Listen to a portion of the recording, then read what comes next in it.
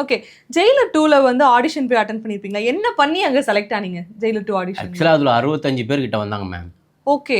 அதில் எனக்கு 3 மணிக்கு தான் எனக்கு அப்பாயின்மெண்ட்டை கொடுத்தாங்க. ஆக்சுவலாக வந்து எனக்கு விக்ரம் ப்ரோ சொன்னே, இன்னைக்கு ஆடிஷன் போகுதுடா, போவியாடா ஜெயிலர் 2 போவியாடா. ப்ரோ நான் வேலைக்கு வந்துட்டேன் ப்ரோ, எப்படி ப்ரோ முன்னாடியே சொல்லியிருந்தா லீவ் போட்டு போயிருப்பேன் அப்படின்னு. இப்போ எப்படின்னா நீ போயானடா, உன்னை பற்றி நிறைய பேசிட்டேன்டா அப்படின்னாராங்க.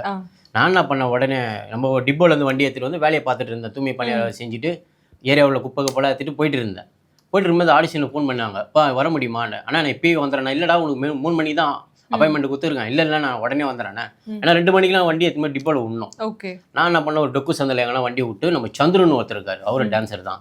அவர்கிட்ட மாமா கொஞ்சம் வண்டி விடுமாமா, பெரிய ஆப்பர்ச்சுனிட்டி வந்துக்குது, ஒரு ஆஃபர் வந்திருக்காது, போய் போனான்னா எனக்கு கண்டிப்பாக ஓகே ஆகிடும், நம்புறேன் நான் அப்படின்ட்டு அவர்கிட்ட வண்டி வாங்கி ஒரு பப்ளிக் பாத்ரூமில் குளிச்சுட்டு என் ஓன் ட்ரெஸ்ஸில் இது ஸ்லீவ்லெஸ்ஸில் போயிட்டு அங்கே ஆடிஷனில் எல்லாருமே வந்து டிஃப்ரெண்ட்டாக வரணும்.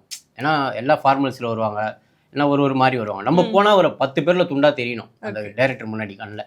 அப்போ டைரக்டர் சார் நெல்சன் சார்லாம் இல்லை, அவங்க இருக்கிற ஏடி தான் இருந்தாங்க.